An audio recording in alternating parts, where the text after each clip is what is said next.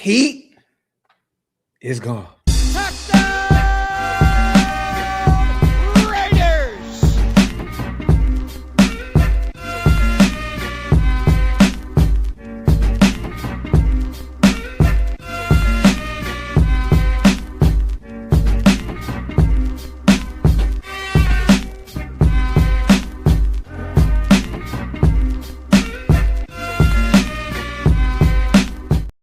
Yo, salute to everybody already here in the building, man. You guys know what time it is. We are back. Welcome to the latest installment of the Graphk and Wasted Show. Or the Wasted Graphk Show, whichever way you like to slice it. And brother, listen, we don't got to slice it no differently than this. listen, bro. Listen. Man. Yo, I mean, look. Raiders cooking real early here in the morning. It's official, you guys. Pete Carroll is no longer the head coach of our beloved Las Vegas Raiders. It was put out there today on Twitter from the Raiders Twitter account and Instagram account. I'm going to read this real fast, you guys. The Las Vegas Raiders have relieved Pete Carroll of his duties as head coach.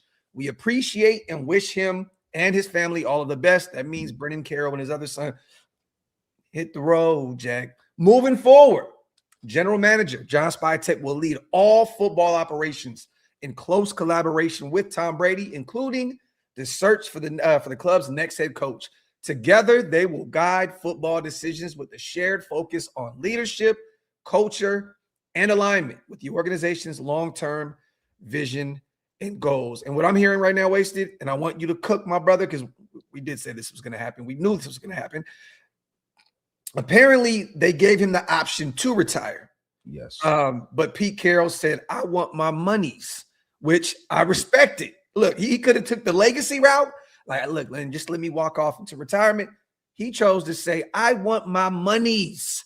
I want my paper. So the Raiders were forced to let him go, relieve him of his duties. And now we'll owe him some money for the next two seasons. But they made the right move, getting rid of him. It was a miserable season. 3-14 is not going to cut it. You have the number one pick with Fernando Mendoza in mind. You couldn't have Pete in the building, and you couldn't trust him with trying to develop him at the next level. How you feeling, man? Man, I'm feeling terrific, man. And it's not because, I don't ever pray on the downfall of a guy like Pete Carroll. Pete Carroll's a hell of a guy. Yes. Salute to him. Salute to his family. And you know what I mean? But if we're being real here, I'm glad that John Spytek is firmly in charge and he is the one hiring the coach. Yeah. I've been saying this shit since I had a podcast. The problem with the Raiders is the fact that Mark does not let the GM hire the coach. And now we finally are going to operate like a real organization. Yes. Finally, bro. We don't have an owner from the box making decisions he shouldn't. We don't have the owner hiring a head coach and making this hodgepodge of a front office. Yeah. We have a front office that is firmly aligned on the same sheet of music, and that makes me happy. And I'm not happy that I'm happy Pete's no longer our coach, but I just feel bad for Uncle Pete. I do too. And speaking of Spytek, I want to say this. I like having a very quiet, out of the way GM. You don't really know what Spytek has going on, but he needs to be a little bit more vocal moving forward. Wasted. We need to know who is in power and who is making these decisions behind the scenes, because we continue to hear that Tom Brady's going to have more and more and more power moving forward to put this thing in play. Again, I know that he is Tom Brady's guy, so I'm not acting like I don't know who is really, honestly, truly running this thing. I think we can both agree, right? This is Tom Brady's show. This is the Tom Brady show. I mean, in a sense. Yeah, because Spytek was hired for a reason here. I mean, that was under the advice of Tom Brady. But the thing is, right, like if you hire someone to rebuild or renovate your kitchen, right, it's your show in a sense that you hired them, but it's not your show once they start doing the work because you don't know how to do the work. So it's John Spytek's show. Tom Brady's not a front office executive. He was a player, and he works for a network. And I'm sure that his word is the final word in the sense where if there's something that he doesn't agree with, he's going to step in and say, I don't agree with that. I want you to go this direction. But Tom Brady has so many things going on. If it was completely his show, we'd be in trouble because he's not in the building every day, and he can't be based off of the $370 million contract he has with Fox. I disagree. I think that it all goes through Tom Brady. Honestly, I believe it all starts with Tom Brady. And again, I'm saying this to say, Wasted, because I'm hoping and praying that you are right in the sense of our GM can move how he wants to move moving forward. I think the Spy-Tech has a great football mind. He is an Italian evaluator. That is who he is. That's who he is. And that's what's going to create this next, decade or so of football with our beloved Raiders. Again, I want even Tom to come out and just say, hey, man, look, this is the Spy-Tech show. I'm going to be helping, here and there and blah, blah, blah. But at the end of the day, I just don't want Mark to continue to look at the bright, shiny toy, which is, i.e. back in the day, Gruden, Josh McDaniels, Tom Brady. Let Spy-Tech be the guy. Let him be the guy. Well, bro, this is more so about the Raider fan base getting excited because we're playing good football as opposed to us getting excited about the idea of what something can be based off of what someone done previously. Yes. I really, really, really, really don't think that it's Tom Brady's show where every single day Tom Brady's going to be in the building telling John Spy-Tech no, agree. How to move with the cap. That's not his field of endeavor. And I'm telling you right now, Graphk, if Tom Brady is running the show, the Raiders are going to be in trouble. They're going to lose draft. I agree. That's what I'm saying. That's what I'm saying. I just don't want it to be exactly what you're saying, that in years past, somebody else always has their thumb over our GM.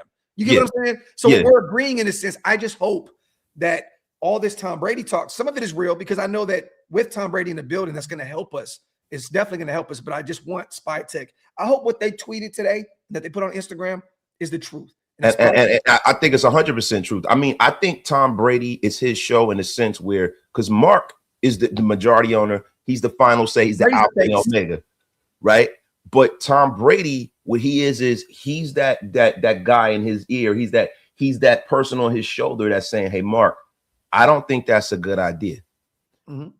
From my experience in moving in football circles for real and seeing how success looks for real, this is the guy you want, Mark. Yeah.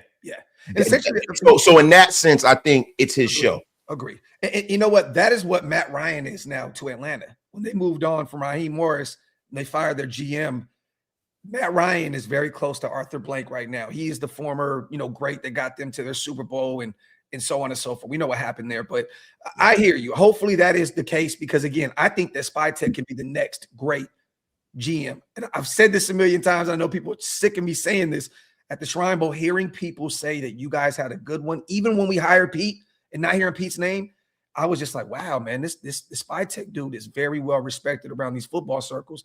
Hopefully he gets an opportunity to build this thing the way he sees fit. So, but again, you guys, we're just kind of on our soapbox here. Let's enjoy the ride. Breaking news, our Raiders have went out and fired head coach Pete Carroll. Let's catch up on these supers real quick. We want to get you guys involved. And then we also have a guest here in a second as well. So stay tuned. June says, Pete got taken out like Pesci in Goodfellas. Damn. We talked about that. Remember that? Yeah, he's about to get made and he got whacked. Yep. Raider man in the middle of jury duty right now. Pete is unceremoniously blocked from the Raiders. That scrub.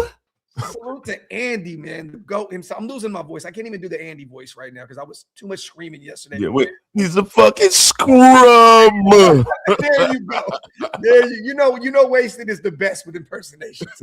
Salute to Shalee, man, my guy, man. He's been losing his shit these last 2 days, man. Yeah, man. Appreciate you, my brother. Thank you so much. Salute to all the new members in the building because of our brother Shalee. If you guys want to become members and you missed out on those 20, hit the links. They're pinned up top on both channels. They definitely help us keep the lights on over here at Shieldmore. Shalee, my brother, love you. Happy New Year's. Appreciate you, my brother. And real quick, you guys, wipe them feet, man. Pay your bar tabs and also hit that subscribe button if you guys are not subscribed yet. We got some breaking news here. The Raiders have relieved head coach Pete Carroll. We're going to cook here for the next at least 45 minutes. Stay tuned. Get some questions involved. The chat is already moving and grooving. Make sure you guys get involved, because we're going to have some fun today. Salute to Fred Hampton as well, our guy, becoming a member. Always appreciate Fred. hanging out, man, and kicking the Willies. He's been here for many moons now. Appreciate you, brother. Timmy says, while the Raiders keep bringing in people to replicate the glory days of the Patriots and Seahawks, both the Patriots and Seahawks have actually rebuilt. This is facts. Yeah. This is facts. You know what's so crazy, though, Timmy? And this is no knock because you have to beat who you're in front of, right? Wait, so I seen a stat today that Pete Carroll and Vrabel. I saw it. You see that? Yeah, have the same amount of wins over teams over 500 this year. That's how soft the Patriots schedule was this year. Mind you, you have to beat who's in front of you, right? Correct? It is what it is. They did their Dougie this year. But again, they have the same amount of wins over 500 teams this year. Pete Carroll with 3 wins, which the Chiefs weren't 500. We beat the Patriots. They're over 500. And damn, is it only 1? Because we beat the Titans. Yeah, I mean, one game over 5. They only beat one team. Only beat the Patriots. That's it. No, I'm talking them.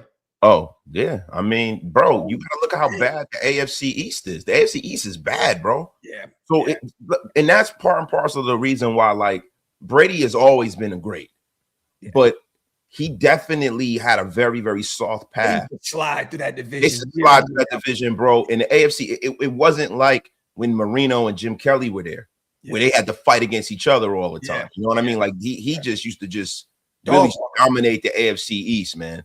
Yeah, salute to Gio. Low-key feels like Brady is halfway in, halfway out. You never hear him speak on the Raiders ever. Well, that's a part of, I think, of him being smart and strategic as well and not trying to get himself in trouble or get the organization in trouble because there's so many different layers. Moving parts, bro. Yeah, to what he can and cannot do with his ties to this organization. It's always hearsay, like he's the Wizard of Oz or some shit. Salute to Gio. Yeah, bro. See, this the thing. Like, I gotta disagree with you, right, Graphk?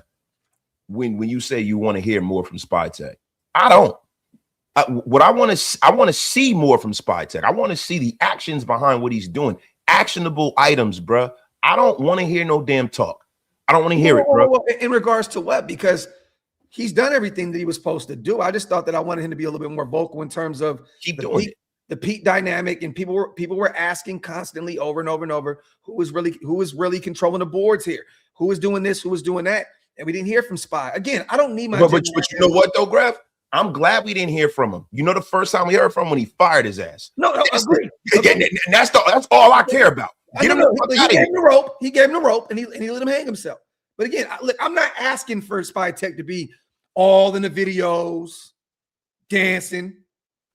You know, in the great words of Suge Knight, you know what I mean? I don't need them all in the videos, you know, all that executive produce. I don't need all that. But sometimes it'd be great to hear him go to a presser, you know, and say, hey, man, we're going to get the young guys involved on the way out of this season and speak a little bit more. Because, again, that was his draft class. I think, again, this was just the year where Spy just let Pete kind of go out there and dome himself, so to speak, bro. Like, real talk. But, Graphk, in all seriousness. A chance, too, my brother. When you talk about great GMs, great programs, right? How many of these guys do you see? And I know we're Raider fans, right? But just across the league, when do you ever see these guys talk? The only GMs that you see talk are ones who were like former players that were like notable guys like John Lynch, because they're always putting a mic in front of his face because he's a Hall of Fame player as well, right? I agree. Like Ozzie Newsome, even Ozzie was a Hall of Fame player, great player. You didn't see Ozzie Newsome say really much. Well, bro, when you're winning, you don't really need to say too much. And that's my point. Yeah. Go out there and win, build the organization, draft a quarterback, because if we're hearing from you, that means that somebody's probably on the route to getting fired. Well, that's all. But you're proving my point. Wait, that's why I wanted to hear from him. What I'm doing is that I'm taking your point and I'm slamming it in the damn trash because you're wrong. Salute to AJ, my guy. I know we have the #1 pick and a lot of cap space, but with all the head coaches we fired, do you think head coach candidates like Click, Kubiak, Mike LaFleur will want to take a chance? Yes. Again, we have a bunch of young, dynamic players in Genty and Brock, and we still have Max in the building. You know, we got some young, promising O-linemen and JPJ. We still got Colton. We got a few other guys out there, and Colton's not young by any means, you guys, but I'm just saying. But we have some talent on this roster. And, you know, a up-and-coming booming area out there in Vegas, top of the line, you know, headquarters and building, no state tax. Again, we've talked about this a million times. I think that people are going to be super excited to come over here, have the #1 pick, and be able to develop their quarterback of the future, especially the likes of these offensive minds that you mentioned. Kevin Stefanski was just let go by the Cleveland Browns today. I think he's going to end up with the Giants personally. But, there's going to be some offensive-minded guys that are definitely going to be picking up Tom Brady's phone calls and at least trying to see if there's some, if there's something there. Because, bro, when you have the #1 pick, all that salary cap, a full draft class, the next 2 seasons salary cap, which is insane, over $100 million. Spytek has been very, very smart the way he's operated. And I want to say, we've called this, me and Wasted, since day one. Everybody was tweaking about him not going out there and spending crazy amounts of money in free agency. This is why. This is why. Again, I think he realized this is going to be a year of the mulligan. Wasted. Like, why go out here and overpay, not saying talentless athletes, because they're, would never do that. But there wasn't a ton of talent in free agency. He did the right thing by holding on to his paper and saying, we're going to wait until the next free agency period where there's a lot more talent available. And think about this as well. Watching the Baltimore Ravens lose last night, in that fashion. Some of these other teams, there's going to be some players that are going to be asking out of their respective organizations. There are going to be some surprise players that will be available here in free agency very, very soon, or even through trade that we wouldn't have been able to afford if we didn't have this money at our disposal. So Spy worked magic around that. Bro, because what you have to do, you have to be fiscally responsible. Yeah. You have to be you have to be smart enough to recognize when a player needs to leave. You need to be smart enough to recognize who to draft, when to draft, where to draft, right? And these are things that the Raiders haven't been acting like adults, right? Even when Josh McDaniels was here, the Raiders had a guy that was too close to the situation calling the shots. Yes. Way too close to the situation. Now we don't have that, right? So now you got situations where you got guys out there, retreads and stuff like that. There are a bunch of people that will sit up here and tell you, oh man, the Raiders have the worst roster in football. And that's debatable. We have one of the worst rosters in football. But the thing about a hard cap sport is that's the reason why there's a cap. Because you can be the worst and you can go to first in 1 year. You really can in the national football. Every year. You see it every single year. Yeah. And what the Raiders have is they have space to really remake this roster over. You don't have the nation clinging on to an aging quarterback or a middling quarterback. You don't have the nation hanging on to contracts that they can't get rid of that are albatross. This is really the clean slate. And I really believe that's part and parcel to the reason why John Spytek has not spoken a whole lot, because he probably sat back and said, listen, we're going to, all right, Mark, you the owner. This is what you want to get people in the seat, to get everybody excited. Yeah. And then, all season he probably been saying, hey, Mark, that's your man's. No, Wasted. I agree, but this no. I'm not even. This is not even about me. Dunking your erroneous point. No, listen. Could you imagine the Bulls with Michael Jordan in the building, win 2 games, and him not speaking up about what the hell is going on with this franchise? Like, he's the guy. He's the face. Like, Spytek is the guy. Like, he is the guy. Like, Brady put him in place to be the guy to usher this organization into the future. I would have just liked to hear his voice maybe once or twice. Like, hey, it's a tough season, Raider Nation. Stick with us. We have a plan. This is what we're gonna do. Again, what's up, Bubba? How you doing, son? But you know why? You know why you can't do that when you have a guy that's on the same standing as you? Because the first time the guy tried to talk, Pete stumbled over and said, "No, we're gonna make that decision together." So you don't want to go out there and speak and talk. And see, I think don't bring Pete with you. Go sit down. But see, this is the thing. It's not his organization. It's Mark Davis's organization, and Mark Davis hired Pete. Right. Breaking news, real quick, Wasted. Jonathan Gannon also. Yeah. I did. Saw in the chat. Black Monday, y'all. It's Charlie Murphy, Wesley Snipes Monday right now, baby. It's Darth Vader Monday out this month. I hate Whoopi Goldberg's lips because they black. Yeah, I know. I mean, piano. Listen, it's here. But I hate the back of Forrest Whitaker's neck. I think this is the difference between us as human beings seeing this point, right? Because I am very much the person who I don't speak until I have it. Until I have things, and Graphk is totally different. Go. Yeah, as soon as he's like, listen, bro, don't worry, we got it. Like, that's not who I am. I believe John Spytek is that kind of person where he's not going to say something because Pete might contradict him, and now it might cause a kind of a controversy. I think now, when need be, you'll hear more from him because he's firmly in control now. You know what? I'm okay with the outcome, regardless. Pete's gone. We have the #1 pick. We have all the money in the world to turn this thing around quick. So I think this Spy Tech has done a great job. Again, I'm just a firm believer, and I would like to hear from my leaders. I would like to hear from the people that are in control of this thing. Like, give us a little bit to work with. You know what I mean? Like what's the direction? What are we doing? You know what I mean? Because again, this year up until this point was directionless. No young stars, no young guys getting a chance to play. You know, it took forever in a day for JJ Pegues and Tonka Hemingway to really get true reps, and look at them, what they did yesterday. Charles Grant, Caleb Rogers. It sucks to see that it took so long. And again, I know that there's a lot that goes on behind the scenes, and we've heard a ton of it. And again, you know, I think we were pretty much first on even the whole Chip Kelly thing. Yeah. You know, like we heard some rumblings. We knew what was going on with the whole Chip thing, and we knew that he was going to be the odd man out, so to speak. But again, you know, I just would like to hear from the leader. And you know what? You're right. Going into the offseason, we may do that. We may hear a little bit more Spy Tech, and then he can go back into the shadows and work the phones and do what he needs to do. I would just like to hear from him. Salute to 7. You're right. Spy Tech is great. Raiders are unique. Salute to 7. Salute to Chappie. Black Monday is bright for Raider Nation. Salute to my guy Chappie in the building. We got almost 2,300 people strong. Get those likes up. Make sure you hit that subscribe button. Again, trying to get my voice back, y'all, so bear with me. Mando says, how would you feel about I am good with bringing in Flores. I like the idea of bringing him in. Wasted is not on that train just yet. So, but again, a guy that got to the playoffs with Miami, head coach there for 3 years. I think he was 24-25 as a whole. So he was like one game under 500 out there. It wasn't the greatest time in Miami. We know that him and Tua dynamic didn't work. But again, I mean, look, we know he went out and tried to sue the NFL. We've been there before as having a head coach, right? The whole Gruden situation. So we know how this went. I mean, bro, Stephen Ross got fined and suspended for a while because of this situation. So yeah, because Brian Flores was right. Yeah.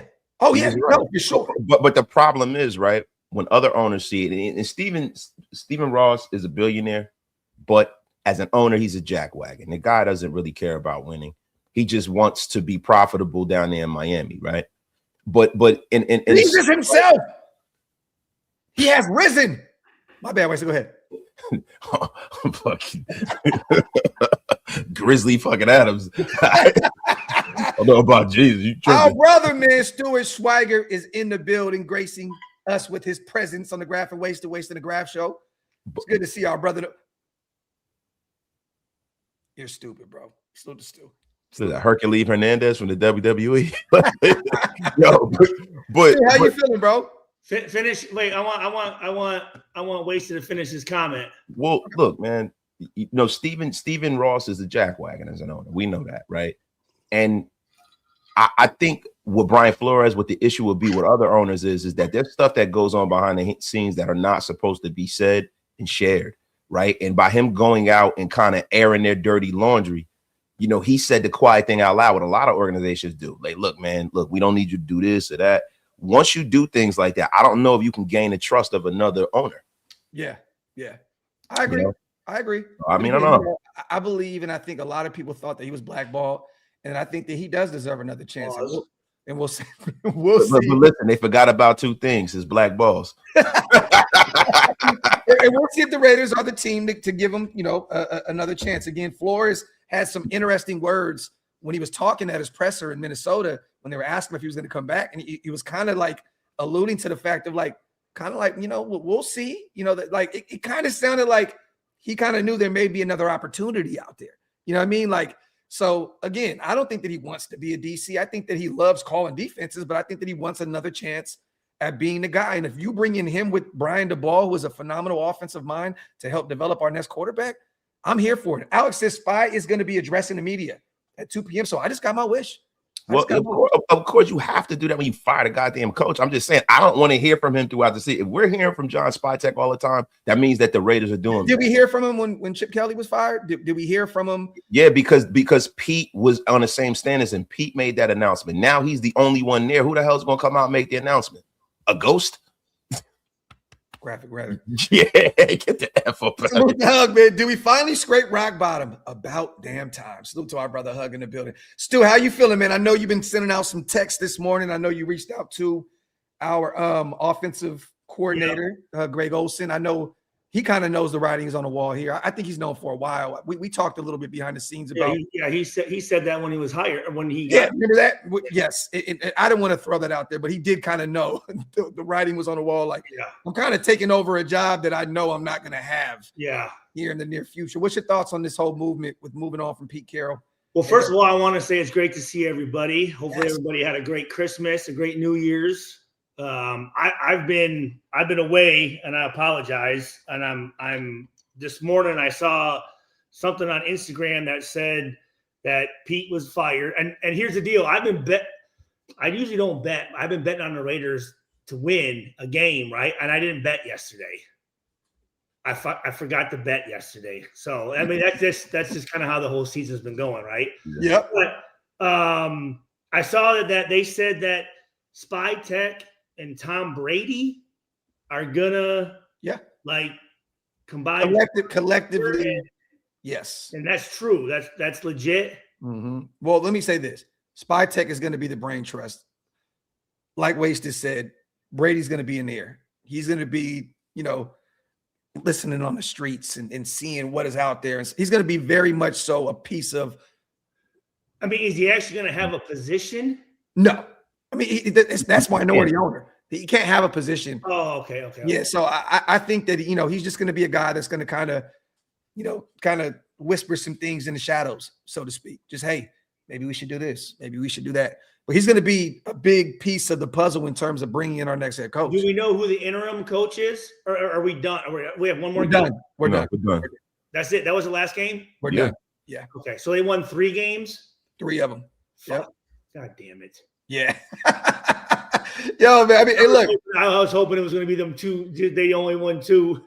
They were saying we cannot be the 2016 that Stu was on. I promise you, bro, that game meant a lot. We were so happy the Giants won yesterday before we played because we secured the #1 spot because we all knew. Okay, so regardless what happened, we had the #1 pick. But we knew a win was coming. Could you imagine, Stu, and Wasted, bro? Could you imagine losing the #1 pick, losing Fernando Mendoza on a 60-yard dash? What would we have dropped to if Giants would have number 2 lower than 2?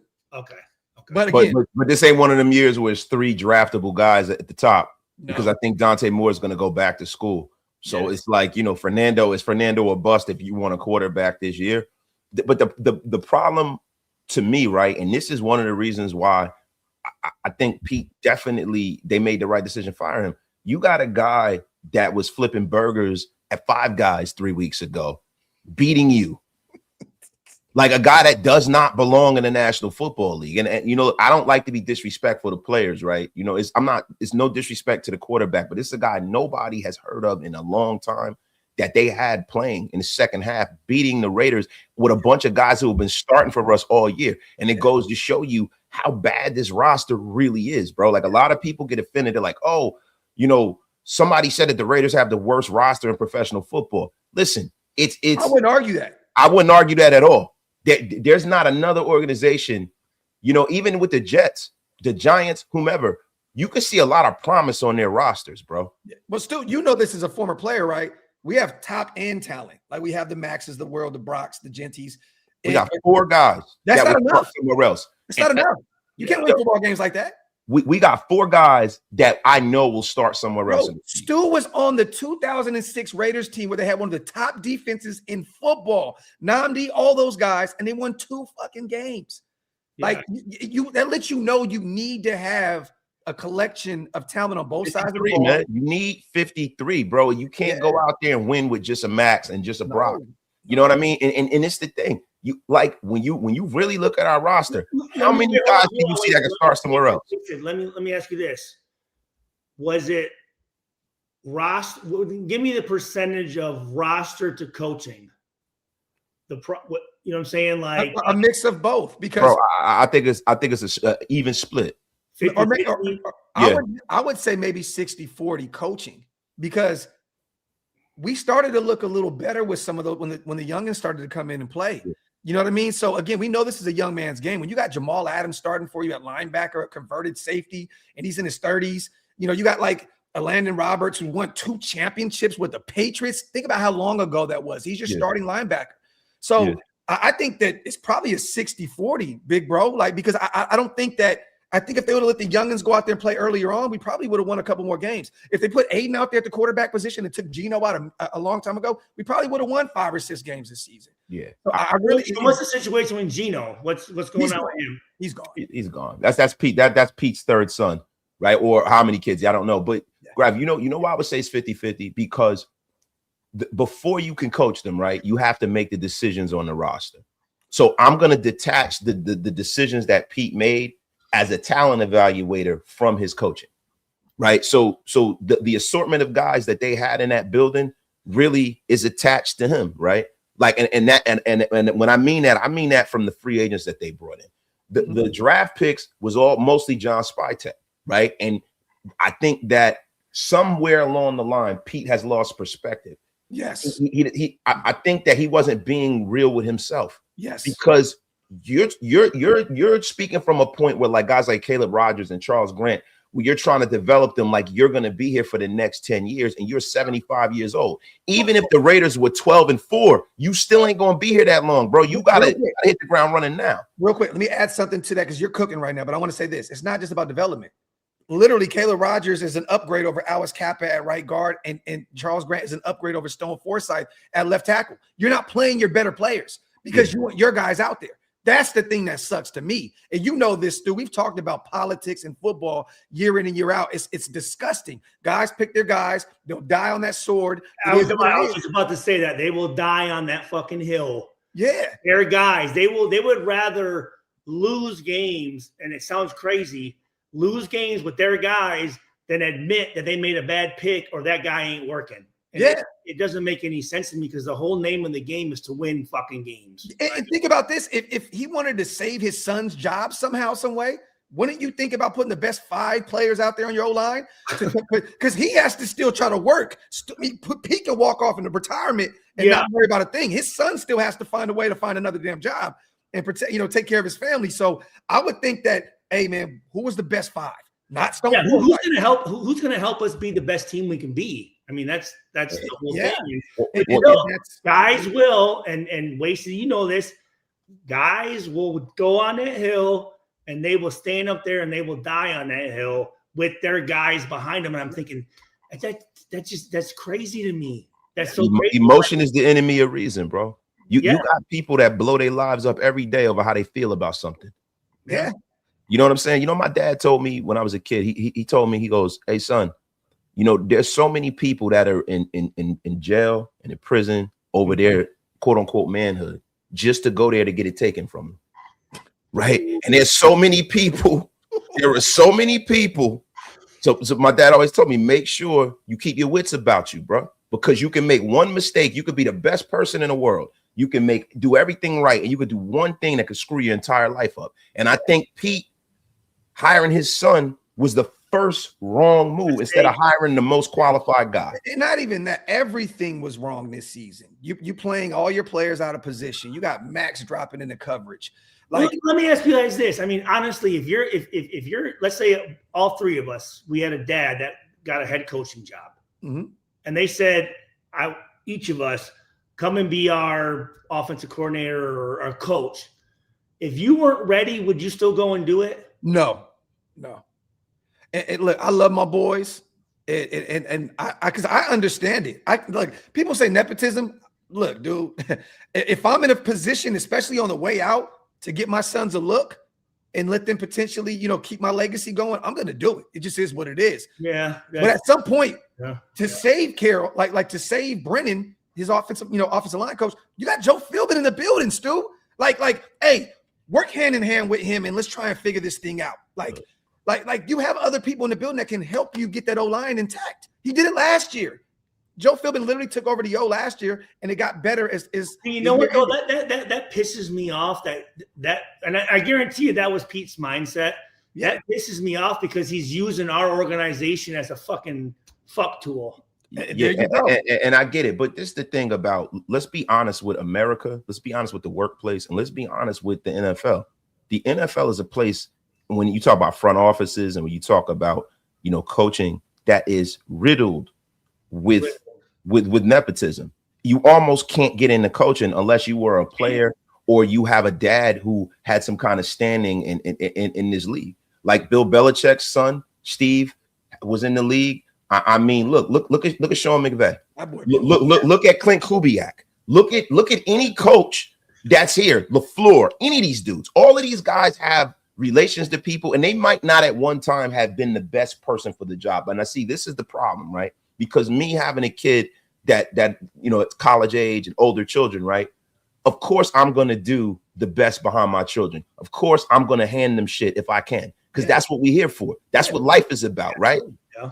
I mean, we got a president. We got a president that got handed everything, right? We weren't handed shit, so we want to be able to do that. Yeah, so I want to do it, and I respect it. I'm never the guy that's like, oh, there should be no nepotism. But the thing is, supers in a second, you guys. I promise we'll catch up on the chat. But the thing is this: you have to hold your kids accountable.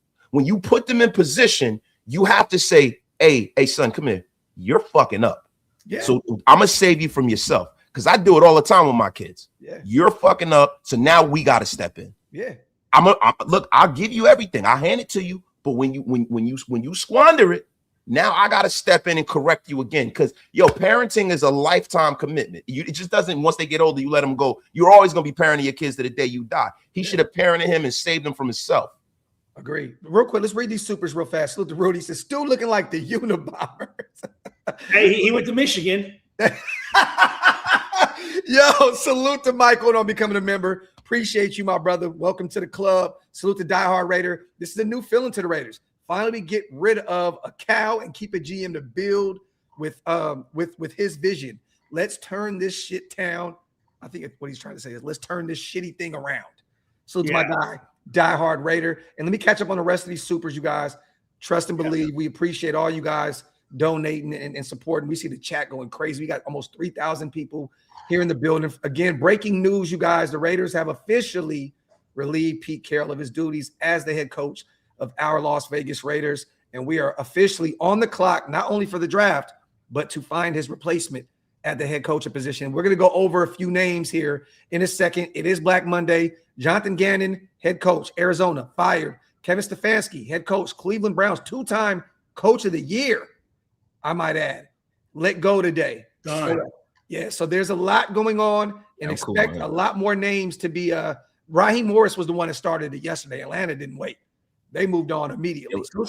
So to JT, what up, Stu? Graphk wasted. I said I would wear the same underwear until we won or fired Pete. I just chiseled them off, and I can finally poop. Hey JT, man, listen, man. Listen, bro. I hope you're not in a septic shock right now. Salute, man. Yeah, no shit. Bad day. Salute to Jam Beard. I'll be down for Raiders to bring in either Mike LaFleur or Clint Kubiak as a head coach and Gannon as a DC. Not sure who or for OC though. Go ahead, Stu. As a side note, LaFleur, I actually ran against him in track. He's from Mount Pleasant, Michigan. Oh, for real? Yeah. Mike or Matt, which one was it? Do you know? I mean, I didn't remember him until someone told me I raced against him. He was. I'm sure you smoked him. Yeah. So, yeah. He was gone. He was done. They don't realize. A lot of people don't realize how fast Stu was. It was is the point. Oh, you know I had to throw that out there, bro.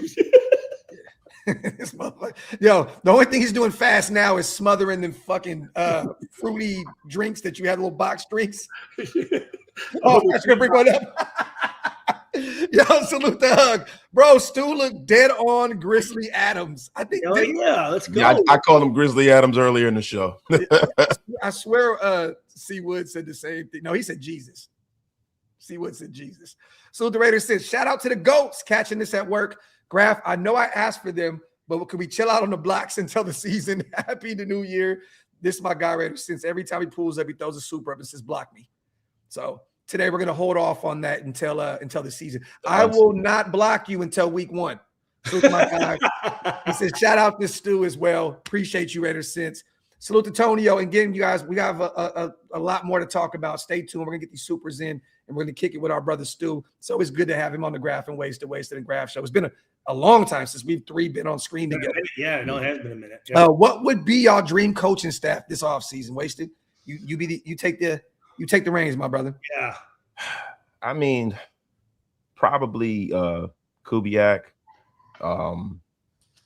If I know I couldn't get Jesse Minter to be my defensive coordinator. Yeah, it's not gonna happen. It's not gonna happen. So it'd be Kubiak and then DeBall and Flores as the coordinators respectively. But that's not gonna happen, right? So Kubiak, Joe Brady, and Or they're going anywhere unless he gets a head coaching job. Yeah, he'll remain in Minnesota. Yeah, so that'll probably be mine, right?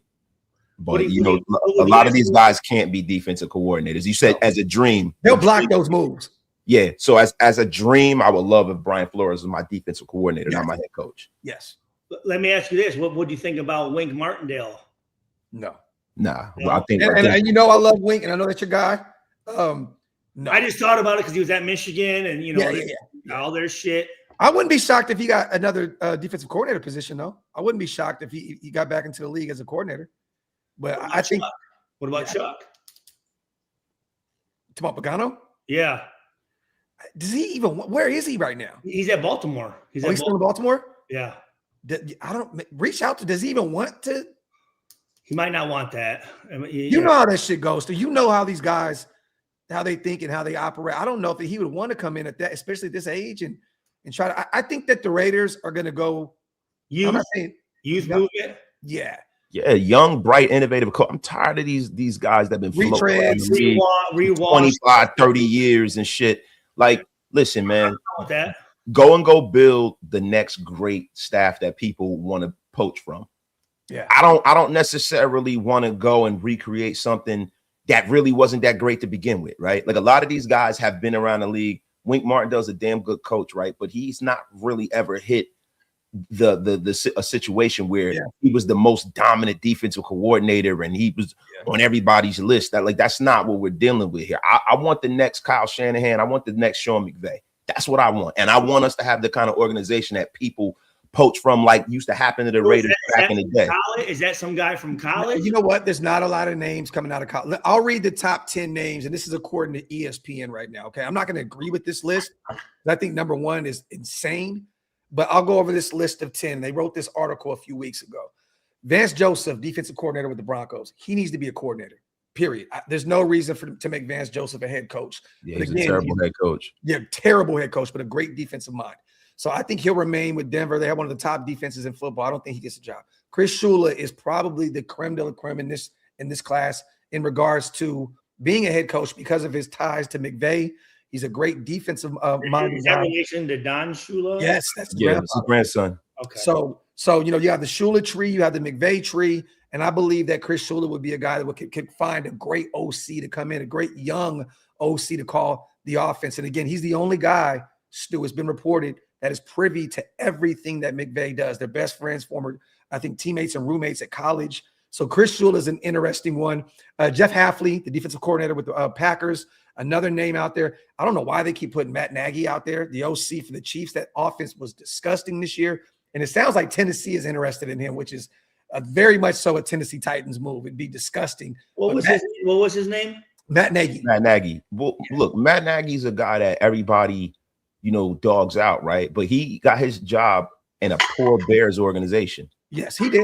And Nagy was the head coach of the Bears, right? Yeah. But he's also a guy who was right under the tutelage of Andy Reid, right? So, and Matt Nagy seems to do well with Andy Reid. Is he this generation's Josh McDaniels? No. Is he Andy Reid's Josh McDaniels? He could be, right? He could be a guy that only does well his playbook. You know how this shit goes, Wasted. He was holding his playbook. He was doing the same thing that Eric Bieniemy was doing. He was just holding Andy's book. Yeah, but this is the thing, right?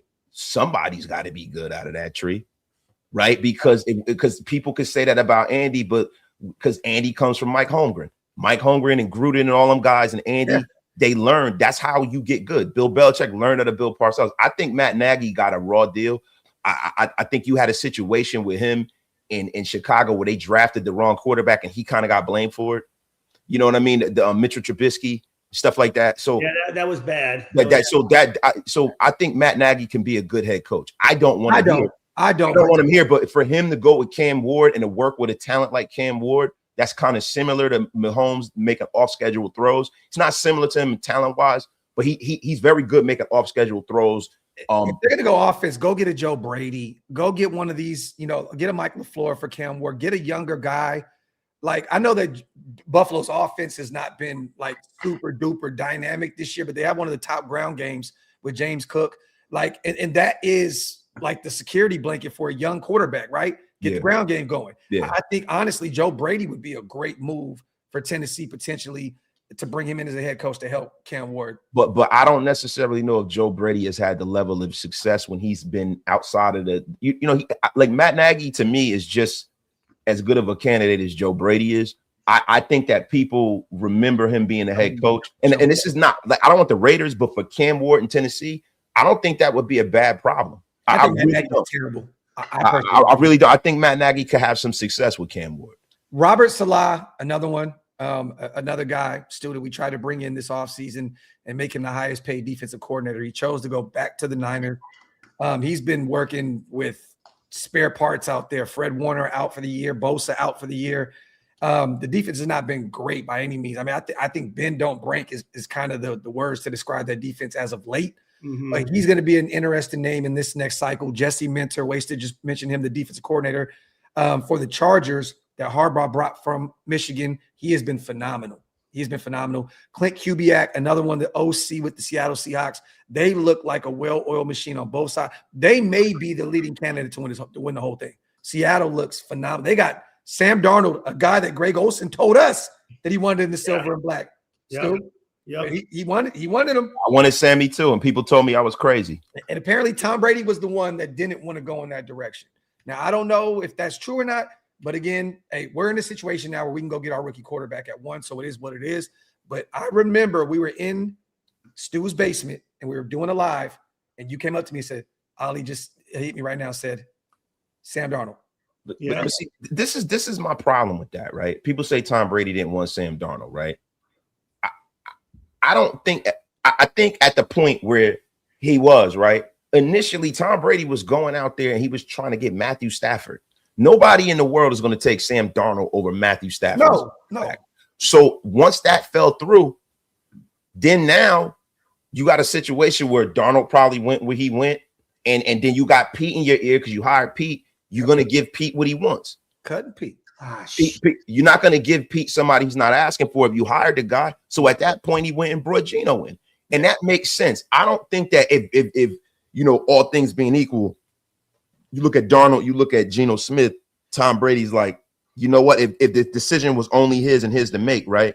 I'm gonna take Geno Smith over Sam Darnold. Yeah, I think a lot of that was trying to give the coach what he wants. Hey, Pete, you know what? In hindsight, you could say it looked better flipping him, right? But at the end of the day, it would have been a bad situation, I think, for any quarterback in this predicament this year. I don't think because they already shoehorned the offensive coordinator that they wanted down Pete's throat, so to speak. Right. Let me ask you guys this: what is your thoughts or percentage wise of a college coach or a NFL coach right now? 0% college. There's not any names being tied to the Raiders right now.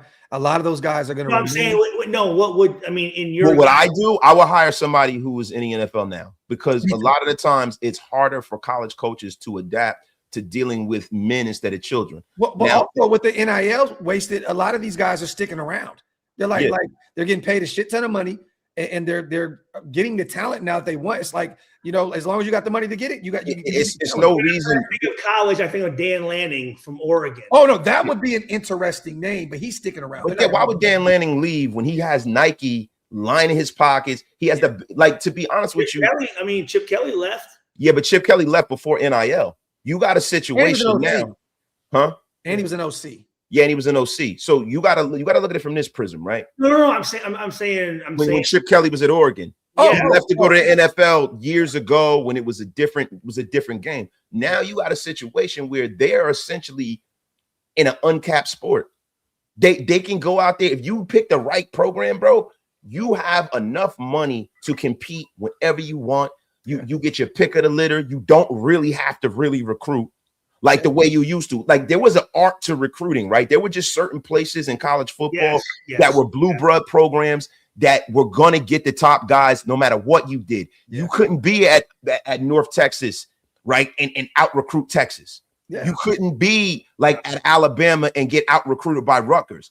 But the difference now is that, if you got the right benefactors behind the program, you can go out there and go get anybody. You got a kid that's the best prospect in the NBA that is at BYU because of NIL.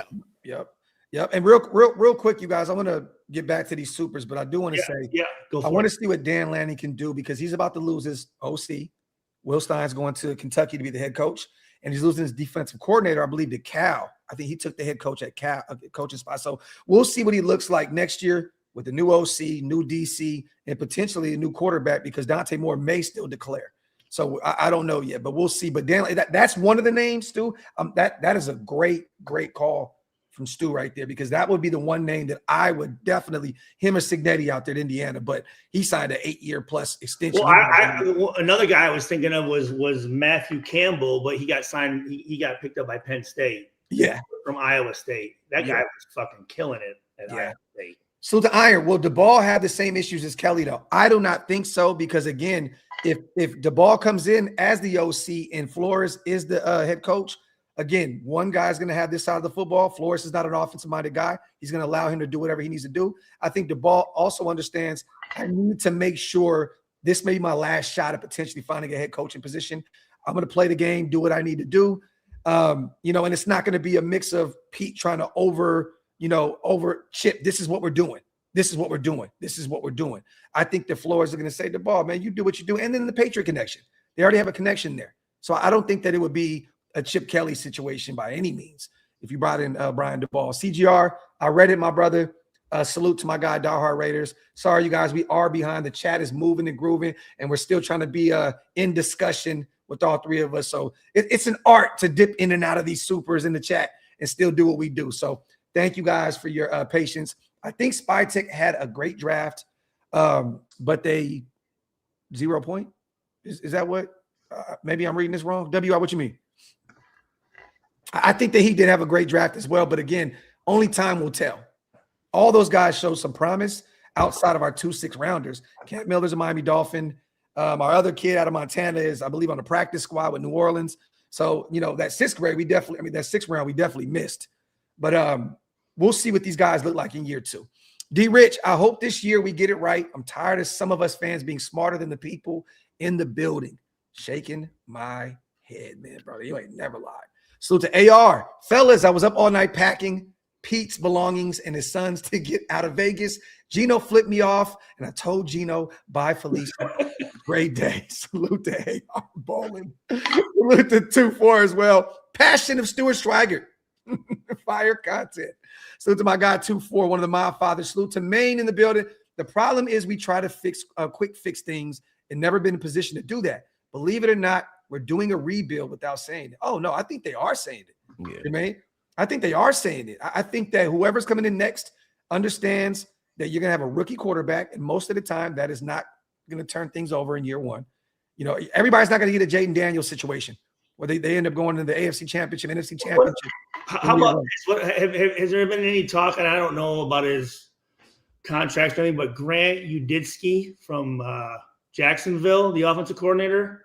I've heard plenty of people mention him, and because of how successful they've been under Liam Cohen out there this year, that maybe he would get a look with some specific teams. But I don't think, in regards to us, no. Okay. No. Yeah, I haven't heard that. Nick says, Wasted, I'm with you. Not anti-nepotism, but you got to put them in the best position to succeed. Facts. Salute to Nick.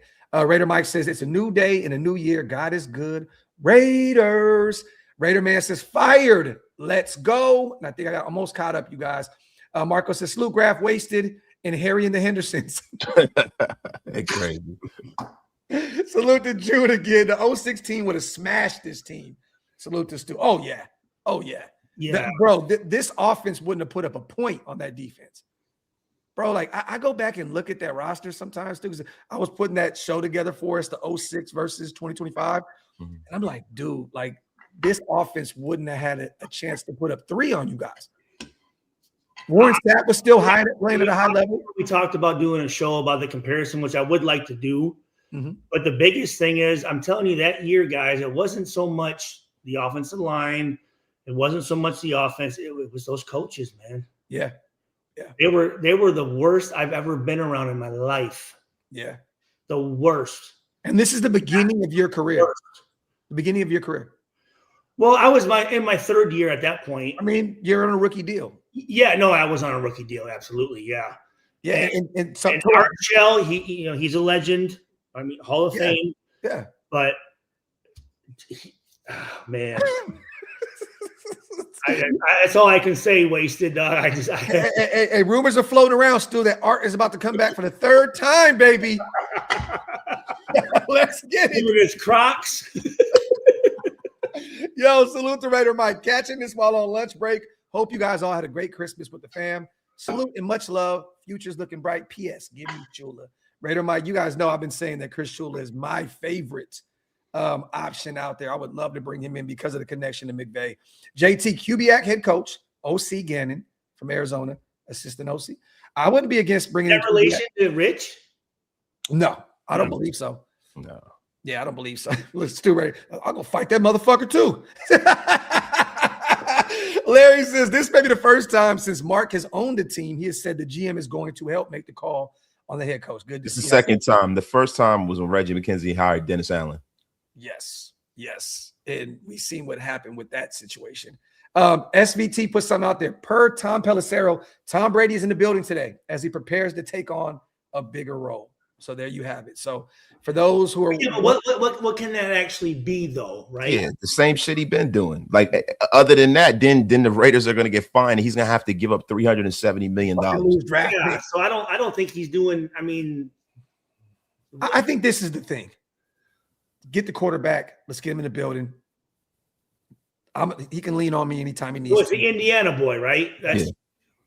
I tell you what. I this past New Year's, I had a buddy come down from Chicago that played at Michigan State, played in the pros for a little bit, and I actually picked Indiana on the NCAA game.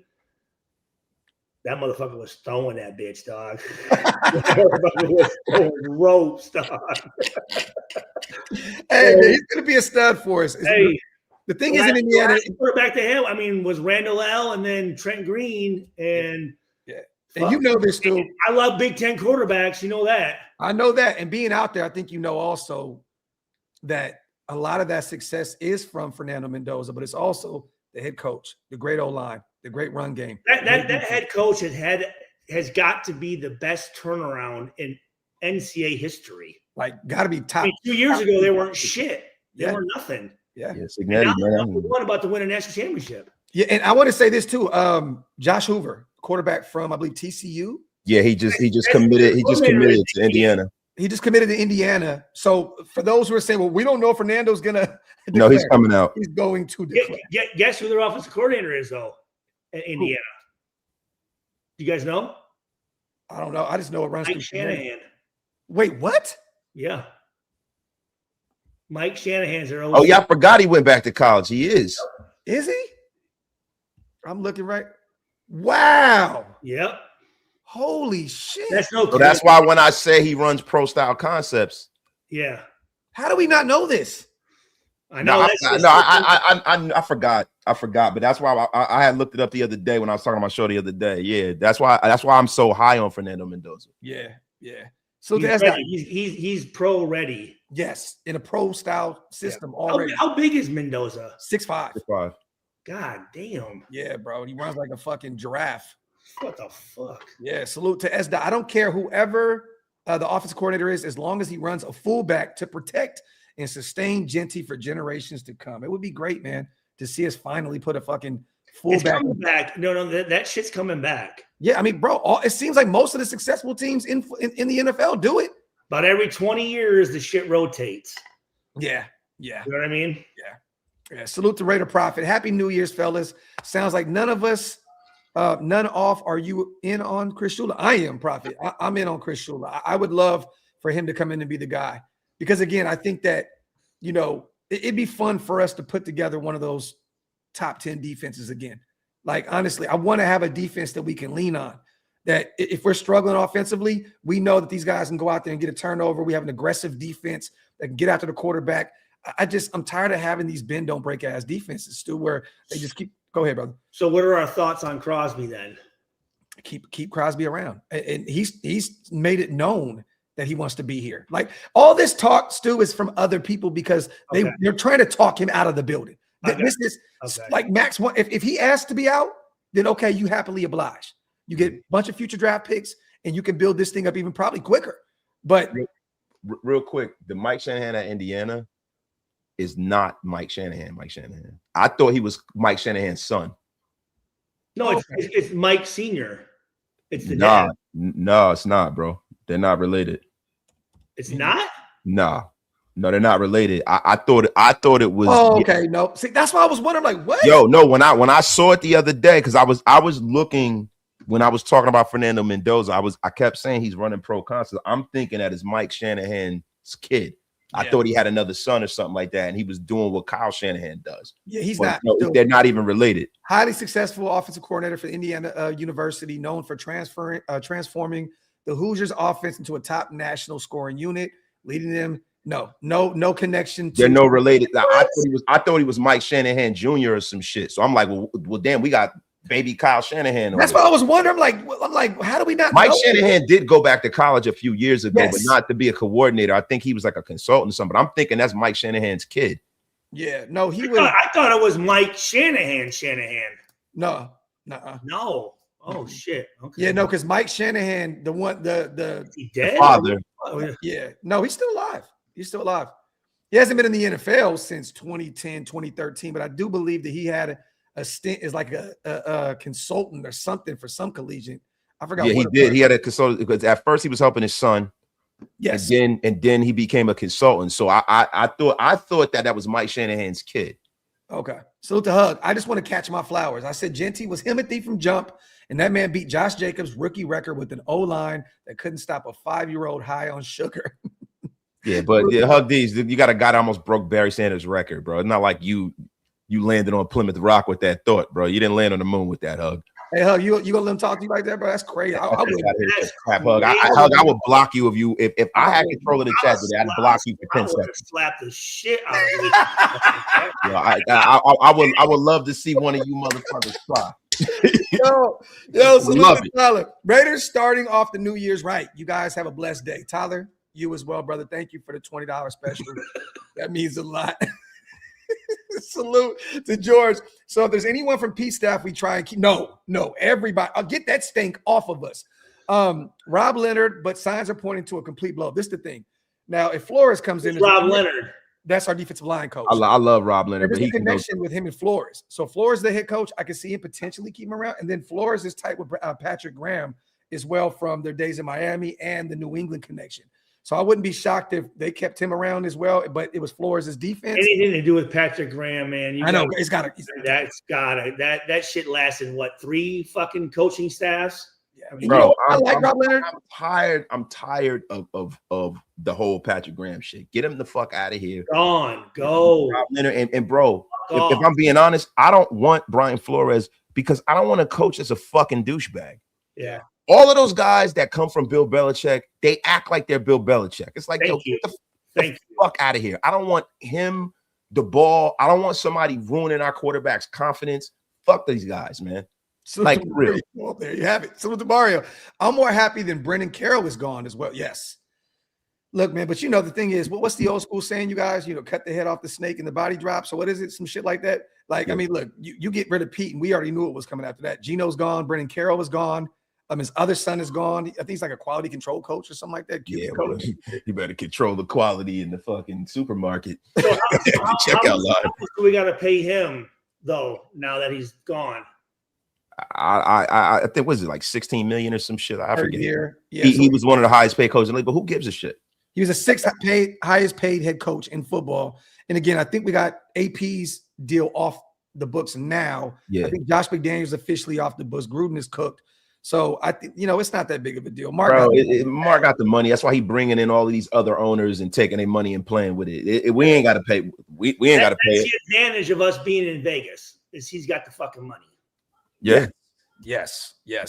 Timmy says 24 years, haven't seen the Raiders win a playoff game. Hey, man, 40 plus here, Was bro. it 2002 against the Jets, right? Or was it the Titans? Was that the last playoff win? The AFC Championship? Was that the last one? Yeah. The Titans is the last playoff win yet. In Oakland, beat the hell out of McNair and the boys. Man, that was the day when Metallica pulled up in the parking lot. Yep, that was so dope, bro. That to me is still my last favorite thought of this football team. Like when I get down on this team, I always just remember the AFC Championship. We beat the hell out of them, and then we were going in the Super Bowl. Was that Aaron McNair? Yeah, Aaron McNair. Yeah. R.I.P. Yep, R.I.P. man. Salute to Lodi. These motherfuckers didn't sugarcoat shit. They straight up fired him. Well, this is the thing, Lodi. They tried to give him the option of retiring so they can save their money. So this is what it was: retire. We're not going to pay you, but it will protect your legacy. And Pete said, nah, I prefer those millions. I'll take the 30 million that's left on my deal or whatever it is, and you guys can go ahead and pay me, and I'll be. Let me say this. I want to say this, and I gave Pete Carroll the benefit of the doubt, but what he did to the program at USC shows the type of character that he is. Like he destroyed that program for what, 8 years, 10 years, or whatever the fuck it was. The whole Reggie situation. Yeah. And he had no repercussions from it. And he didn't ever try to go back and try to help shit out. Just ran to the NFL. Yeah. Ran up there. And I thought about that, but I'm like, you know what? I'm gonna let that shit sit. And I think he's just look, man, good coaches aren't necessarily good people. You know what I'm saying? And the thing is, I think that we come from an era, Stu, where that we have a very altruistic that's why. Yeah, right. But we got a very altruistic view about what people in power should be, right? They should have high character and they should do. But most of all, most people that are in charge in this world are bad people. They are bad people. Most of them CEOs and stuff like that, they don't give a shit what happens to your children. They'll put shit in your water. That's how they got up. That's how they got to where they are, because they don't have a conscience. So to me, I didn't really, whatever, man. You know what I mean? At the end of the day, are we winning or not? Because I don't have a conscience when it comes to these coaches, players, none of that shit. Yeah. I never give a fuck who's here. I just want to win as a Raider fan. I think we're almost caught up real quick on these supers. We'll get back to our discussion. Hot take. Let's hire Cliff Kingsbury just so we don't get caught up in the Kyler Murray trade bait.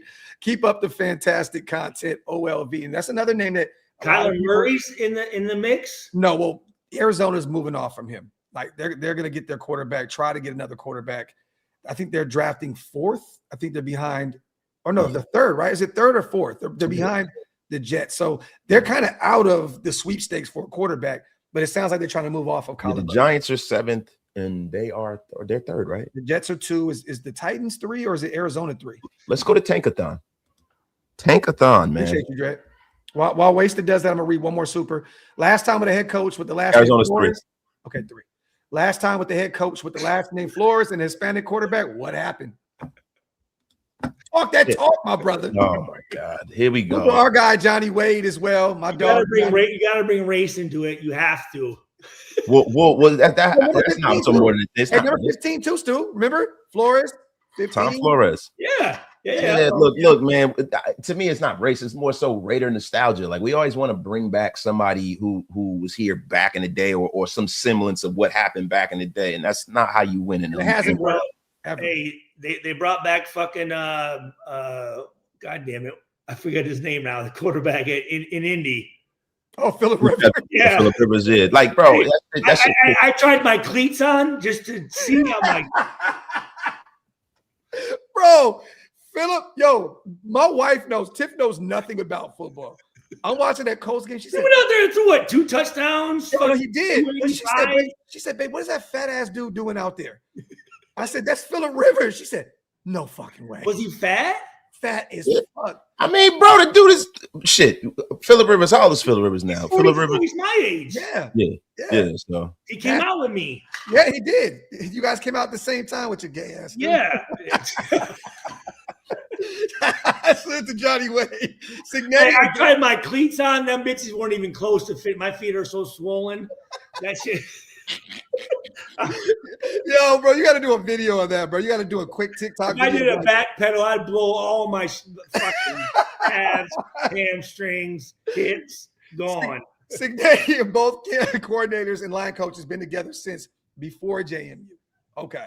So, yeah, they've been together for many moons. Salute to our guy, Johnny Wade. Johnny Wade is the guy, Stu, that when you were fucked up in Indy, me and Johnny found you. We went looking for you. Before or after fucking Sanchez stabbed that motherfucker. Right before.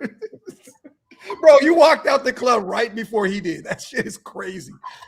Salute the Raiders says, to Mr. Wasted Talent, we need a book about things your father used to say. This is facts. From a man 41 still learning, rebuilding his life, y'all are a blessing. Hey, sometimes I'll trip out when Wasted calls me and he goes through these sayings that his father said. Some of the ones your mom said is hilarious too, bro. Yeah. my parents are interesting people. Yeah, man. But hey, there's a lot of wisdom tied to that, and that's why Mr. Wasted Talent is the way he is now, so intellectually sound. Salute to Iron Father.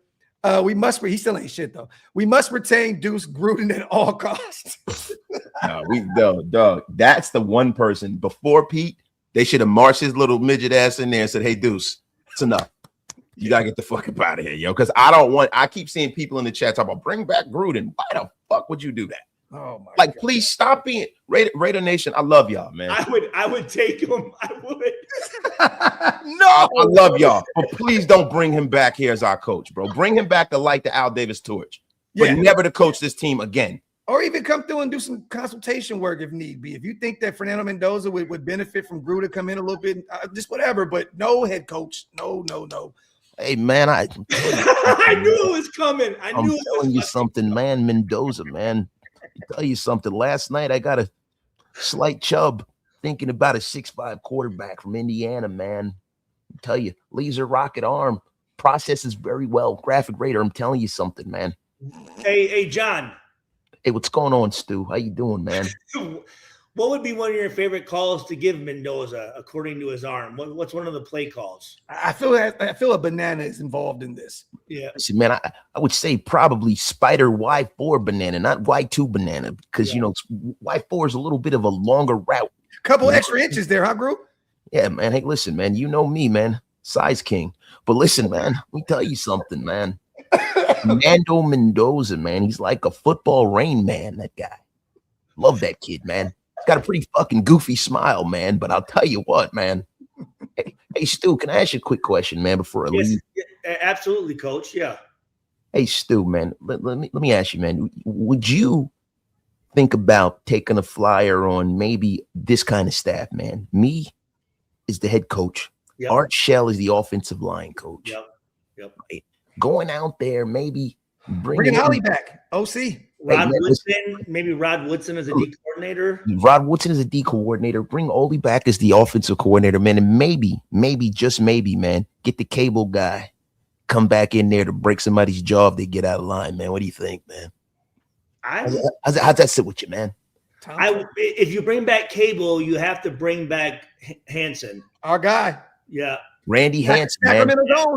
Sacramento's own, man. Yes. Let me tell you something. Maybe we might just go out there, man, since we're in the market for some shitty coaches, man. Let's bring back AP too, man. Well, you know what? If we're gonna do this, we got to make sure that Hansen gets his fair fade, though. They get the fair one. Like there's no more. It's gonna get, we're gonna put him in a I'm gonna be honest with you, Grab. I think he wants that kind of smoke. You know, Tom Cable looks like a goddamn gargoyle. He looks like Vader. But Coach, any chance of me maybe being on staff? No chance at all, Stu. I mean, not even a little bit. Oh, that's all I wanted to know. Yo, salute to Gru. Salute to Mari. He confirmed I'm 24. Hope to see a playoff win soon. Salute to Amari, loves you. Appreciate you on the $2. Salute to JT. Can owners say win 5 games or no pay? Why not? Salute to JT. We're almost caught up on the chat. Salute to Hug. Wasted. Gino fingers for you, bro. Juice Scruggs picking ass. Have a happy dad. Can't wait for your draft explosion. Oh, yo. Whoa. Hey, Hug these. Listen, man. This is 100% Hug these personal. Like, yeah, Hug. Listen, there is none of these. This is a family show. Hug these. None of your sexually driven comments. You got to get up out of here, Hug D's. Just crap. Just in, baby. Yes, don't know if you saw, but Spytech is going to be talking to the media at 2 p.m. Pacific, according to Ryan McFadden at ESPN. Any chance you guys will cover this interview? Definitely. That's what, 5 o'clock Eastern? Yep. So 4 o'clock my time. You know what we may have to do? We might have to double back and do another video. I definitely want to hear what Spytech. But I mean, this is the thing, you guys. Expect him to say, we love Pete for what he did. You know, blah, blah, blah. It's going to be very political. I already, like, before even hearing this, and I think you guys can agree, we already know exactly what the hell he's going to say. But what if it's not, though? You know what I mean? Then, hey, man. What if he comes out and just fucking annihilate shit? Laying it out. Hey, Pete was a terrible head coach. But guess what? He did exactly what we needed him to do. He got us the number 1 pick. Thank you for being so shitty. The next head coach will not be anywhere near as bad as you. Can I just say this, though? What was Jesus Christ, our quarterback, was he? I mean, he was the worst ever, right?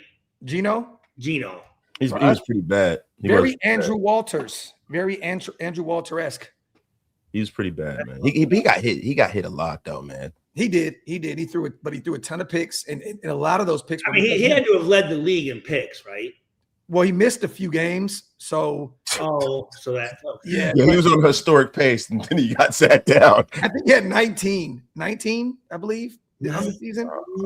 And then I think he was sacked more than anybody in the NFL. The last time I checked, he had like 49, 50 sacks. Like, he was thin. But a lot of them, he was running into himself. Wouldn't get rid of the football. Yeah. But yeah, 17. Okay, Primo says 17. I could have swore it was 19.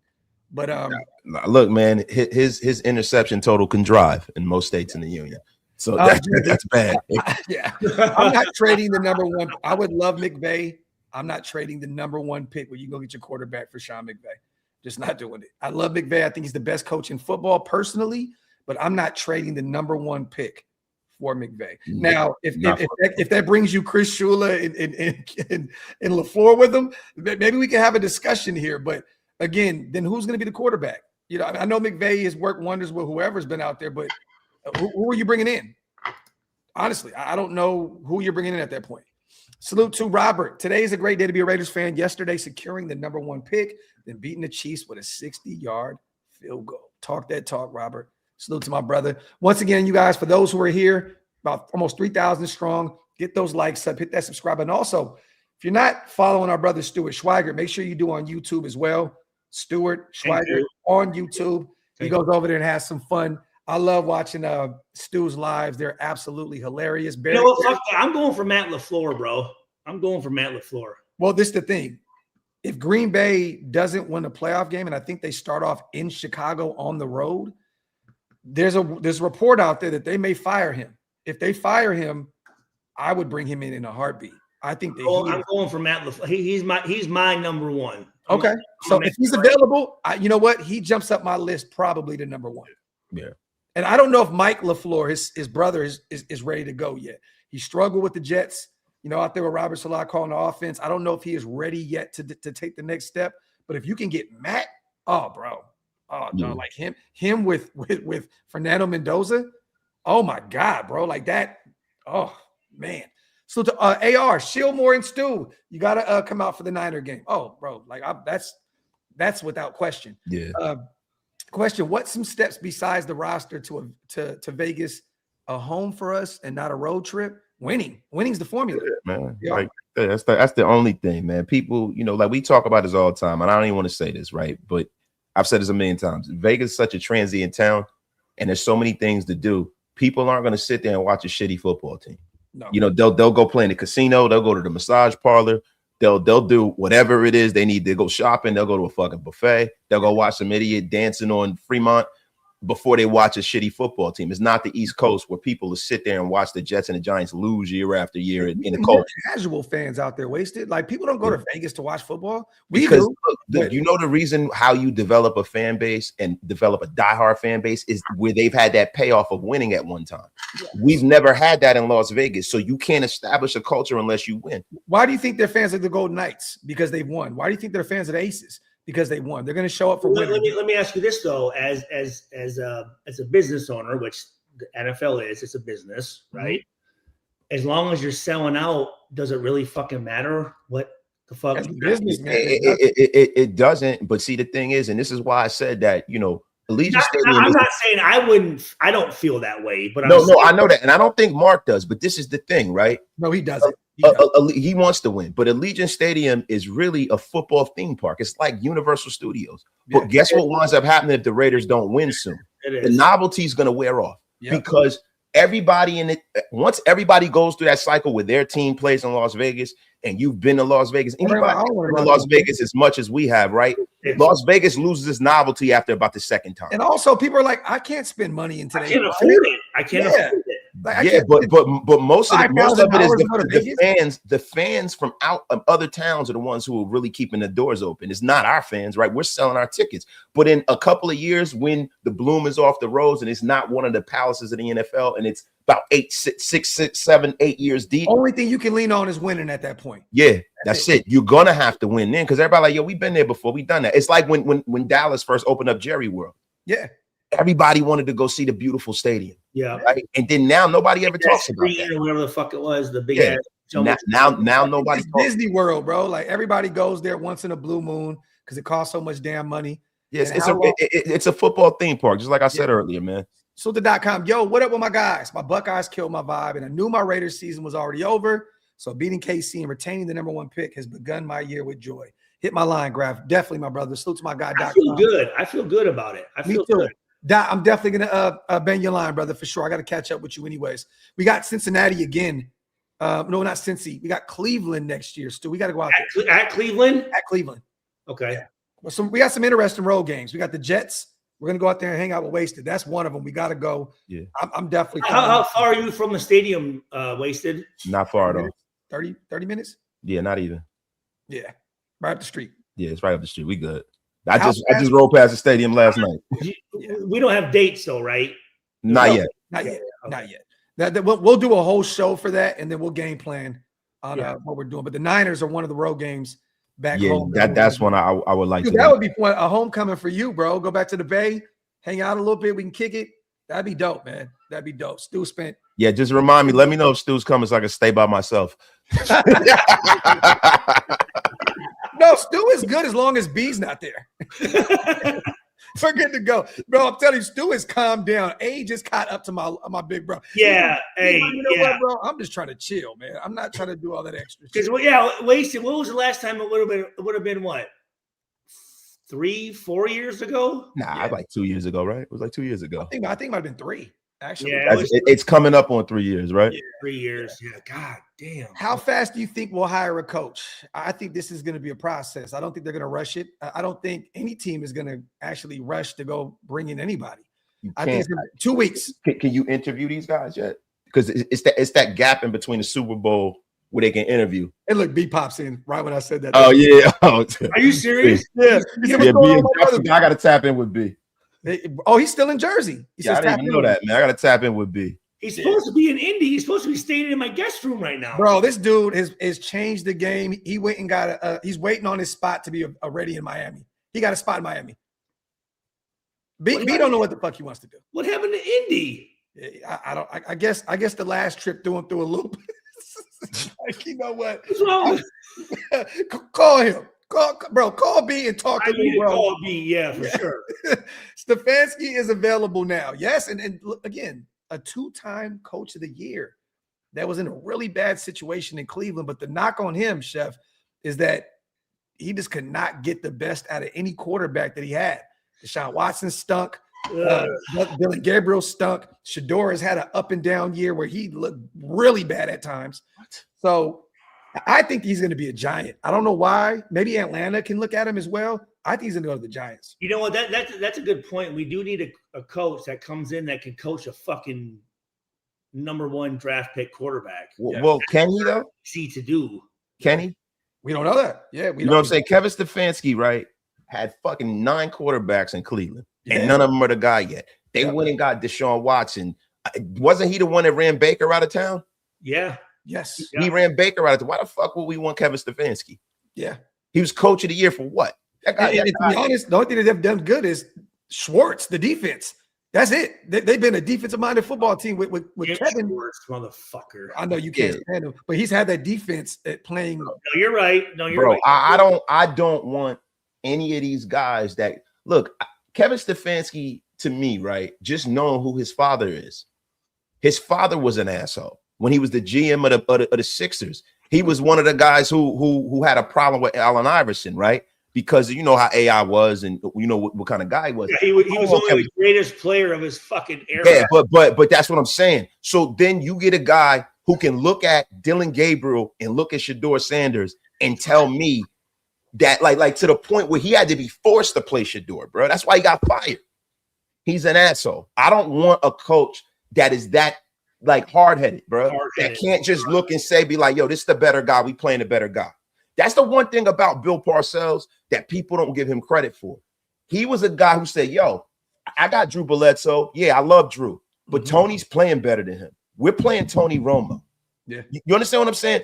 Bill Belichick did the same thing with Brady and yo, fucking, you got us a #1 pick that took you to a Super Bowl, and you said, no, we're going to roll with Brady. Yeah. And he kept him. Yeah. That's what great coaches do. Yep. They don't just keep shoehorning a guy at a position just because it's their guy. Yeah, exactly. And we just talked about that a few minutes ago about, look, Pete died on the Geno Smith train. And and that train is leaving the station and is not coming back to the National Football League at all. Well, he will. He'll find a spot. I think Geno's a fucking bum, and I don't think that Geno really. Why would you pay that guy to be your backup? For what? He has a terrible, shitty attitude. He's skittish in the pocket, and he's only good if he has everything right around him. Fuck that guy. And it might seem like something small with him. I mean, flicking off a fan, but that's fucking bullshit. He flicked off Hug D's, who I personally want to flick off right now. But fuck that guy. I'm saying, as a struggling fucking player for the team, and you have fans, and to do that, man, that's wrong, man. You know what? To not bench him, like that. I don't have no problem with him giving him the finger. But no, fuck that. To not bench him at that point for at least a game or something, or knock his pay, that says that Pete doesn't give a fuck. Yeah, but see, this is the problem that I got with Geno.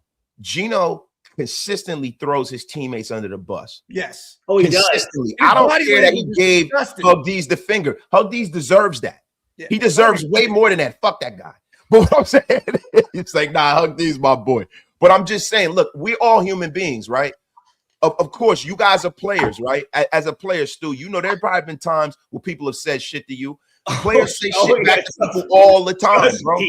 There's been plenty of times. Bro, look, fucking LeBron James says that shit. Wait, when Stu first started this, when we did our first show, he was worried because in Oakland, they would say the most outlandish. He thought that the fans absolutely hated him.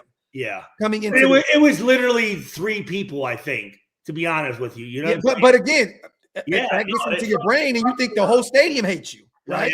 Yeah. So I get it, but again, that's your leader, though. That's your leader. That's the guy that is running the offense. Yeah, this is the guy that and what I tell you that I've always found a problem with him was the fact that when he got his jaw broken by Ike Impale, who I think might have been a UDFA. Nobody on the Jets did anything to him. No. Nobody did anything to him. Okay, that's a good point. So like, bro, Stu, you play in the NFL. You imagine if somebody would have broke the starting quarterback's jaw? You would fuck that dude up.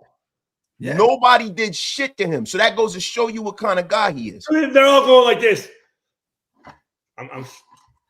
They like, yo, Geno got his jaw, bro. Oh shit, that's crazy. Oh, that's like, yo, that's crazy. Bro, that's wild, bro. That's wild. Where we going tonight, bro?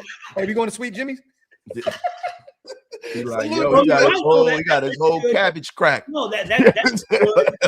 That's a good awareness of if his team wasn't behind him. There's your quarterback. If your quarterback's doing what he's supposed to be doing, you're going to fuck motherfuckers up. Like, yo, bro, you're fucking up our team right now, man. Yeah. But if someone fucks the quarterback up and no one does anything, that means that quarterback's probably fucking deserved it. Bro, I got people that represent players on this team, and Wasted knows this, and I'm not going to put any names or mention any names, that say this dude is terrible. We can't stand him. We can't wait till he's out of here. There's many people behind the scenes that have reached out to him. That have been reached out to both of us. Yes. Said, I can't believe it. We're not just saying this. We're giving you information, not affirmation. They can't stand this fucking guy. Yeah. Yeah. And again, look, if you're going to be out there doing all this shit, win some fucking games. At least was like, hey, man, he's playing at a high level. Fuck it. Let him do whatever he wants to do. Like, he's winning games. We're going to the playoffs. Bro, you're the worst quarterback in football. We're the worst team in football. You shouldn't be able to get away with the shit. Hey, you know what? After his picks, he does like he acts like you should go here. Michael Mayer, Dante Jordan, bro. But when he throws up a moon ball that he should have never thrown, he just walks off. Yeah, it's on me. But then when they make a mistake, supposedly he's dressing them down. You know what's funny, bro? You got guys like Aaron Rodgers, right? And correct me if I'm wrong. People always say he has an attitude problem and people don't like him, right? But I never hear one of his teammates say that. It's the media. It's the media because if you can ball, your teammates respect you. Yep. Well, also, but this is the thing. Also, those teammates, like you said, the teammates respect what he has done. If Aaron is saying you fucked up, you fucked up. Yeah. If Reno said you fucked up, I'm saying, man, bro, shut up. Like, shut the fuck up. I didn't hear that shit. Now, Aaron, A-Rod said, bro, you should have, ran this instead of that. Yeah. Hey, man, you know what? That's on me then. That's Aaron saying it because Aaron's not going to tell you you're wrong if you're not wrong. That's what leaders do. Yeah, great quarterbacks, Brady, Manning, they hold your ass accountable. Yeah. You fuck up, they'll come to the sideline and be like, yo, get him out the fucking game. Yeah. It's been many a times where Peyton Manning's told, yo, get him out of here. Yeah. You ain't going back in. Bring up a good point right there, Wasted, because I know this when I was playing in with the Raiders and Warren Sapp, if I didn't know what the fuck I was doing, he would have been like, get him out. Get him out. Get him the fuck out. And this is a friend of yours. Yeah, he would have said, get him the fuck out of here. So I made sure that I wasn't fucking in the wrong spot or in the wrong. Now, right, you might not make the fucking play, but at least you're where you're supposed to fucking be. Exactly. Like people say Brady wasn't an ass to us. He held them accountable.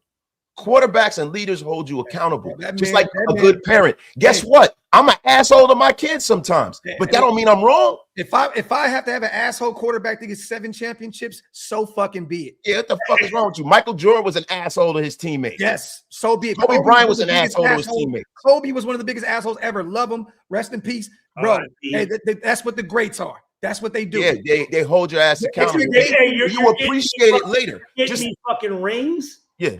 You appreciate it later. Stu, let me as a parent, right? Has there been shit, you know what I mean? Rest in peace to Stu Sr., right? That he said to you, he was an asshole to you, that you'd be like, nah, I see what my father was meant by that. A million things, probably. That's how I feel.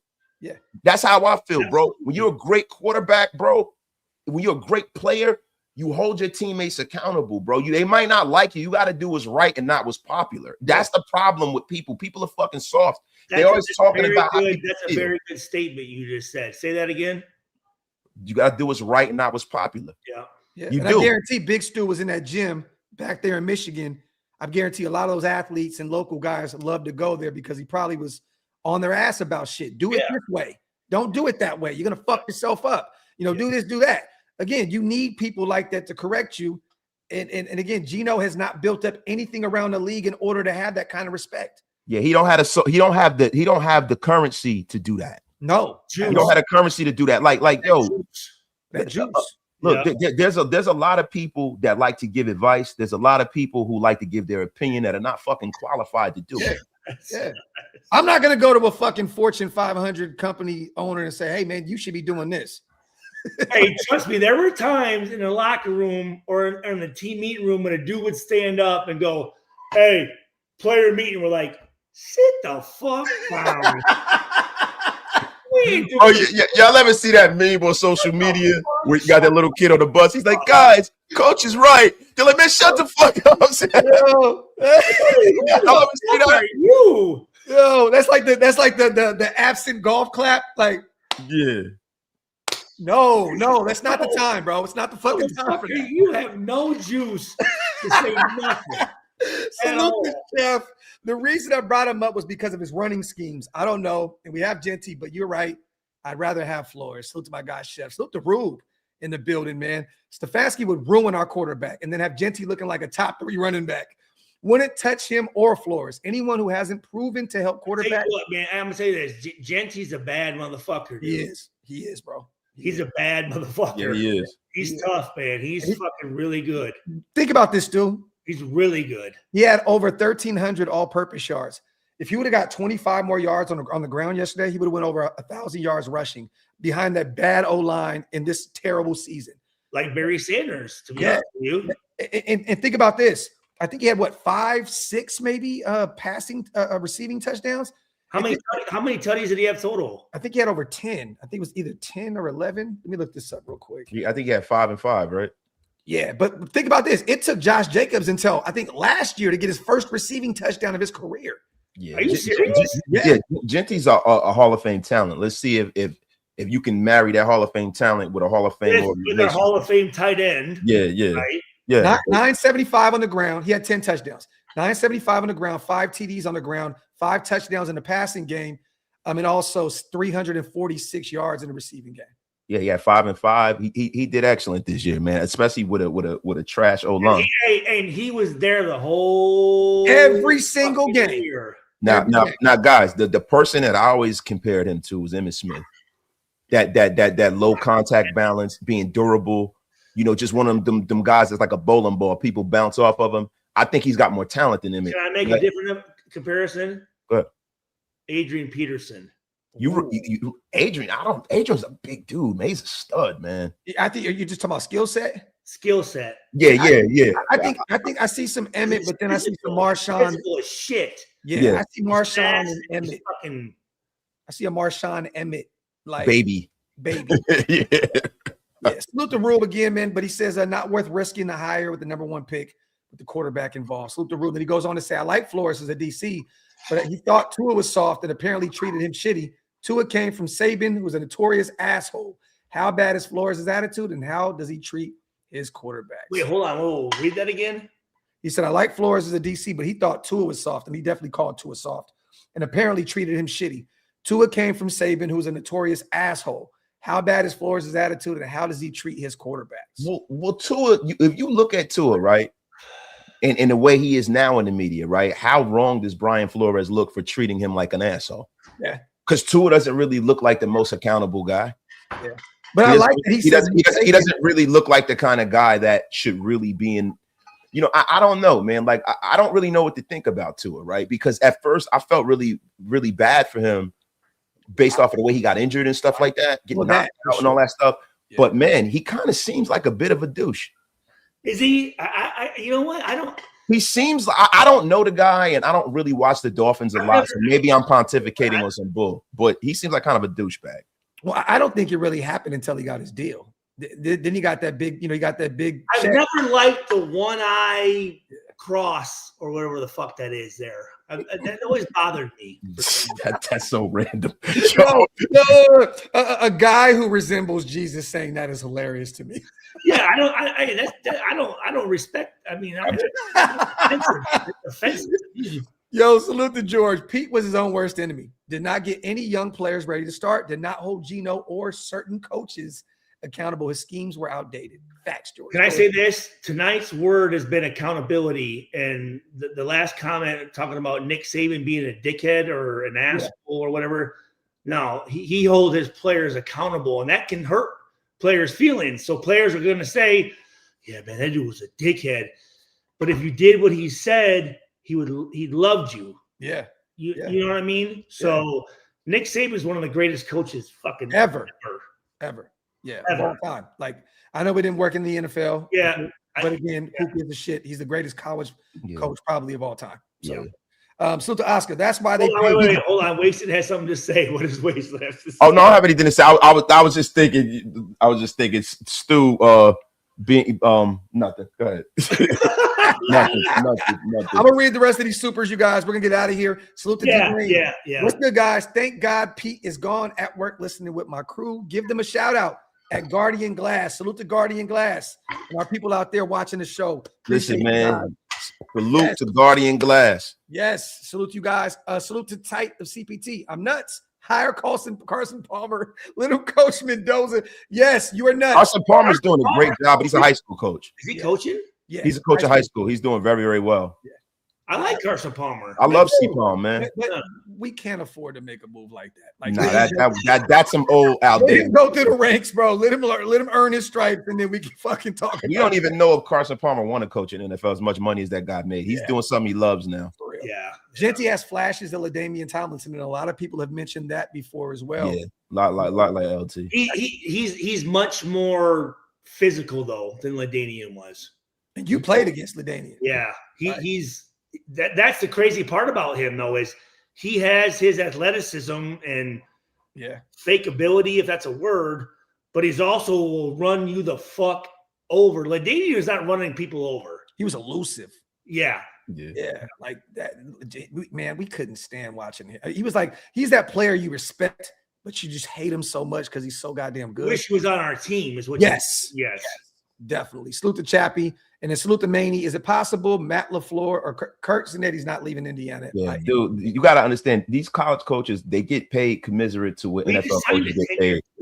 Yeah, he signed an 8-year deal, right? He gets paid commensurate to what NFL coaches get paid, and they're like kings of their own. Like to me, it's almost at this point, it's taking a step back. He's a god out there, man. Like when you take a step back and you really look at it, having a college job and being Nick Saban is a hell of a lot better than being, any NFL coach not named Andy Reid or Bill Belichick. Kelly should have never left Oregon.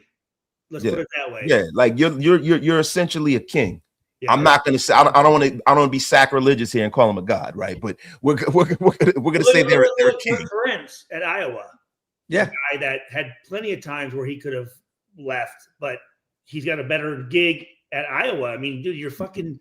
You'll be the coach there for if you really can win, you can be there for 20 plus years if you would like to. Job security is what you want. Yeah. So let's look, you can actually build your life. Your kids will go to college for free. Yeah. It's just everything about it is better. Like look at guys like Bobby Bowden, those old school blue blood coaches, or Joe Pa. Those guys were there for 30 plus years, man. 30 years. Tom Osborne, guys like that. That's what you're looking for. I think Kirk Cignetti is going to be that. I mean, bro, look at the guy that's sitting on screen with us right now. Stu is still in Purdue. He's still out there in West Lafayette. Yeah. And I'm not saying because they treat him like a god or anything like that, but bro, like some of your best times were out there. Absolutely. You know what I mean? That's why me and my wife moved back here. Yeah, exactly. Very well respected out there. So again, it's just a different level at the college ranks. Some guys just sometimes because you're making more money somewhere doesn't mean it's the best spot for you. It's not, and trust me, I've lived that a million times over. Right, there've been times in my life where I could have gone and left and done, but security and quality of life trumps money. That's 100 times out of 100. Quality of life, right there. And Matt LaFleur, if he loses to Chicago, I would definitely, if they let him go, we've talked about this on the show already, bring him on. Would love it. And I don't think that that's going to happen. They don't just arbitrarily get rid of coaches in Green Bay. No, if I know my bro, I know he probably on that captain, on that Morgan. No, right? Close. You know what it is. Not on the Morgan?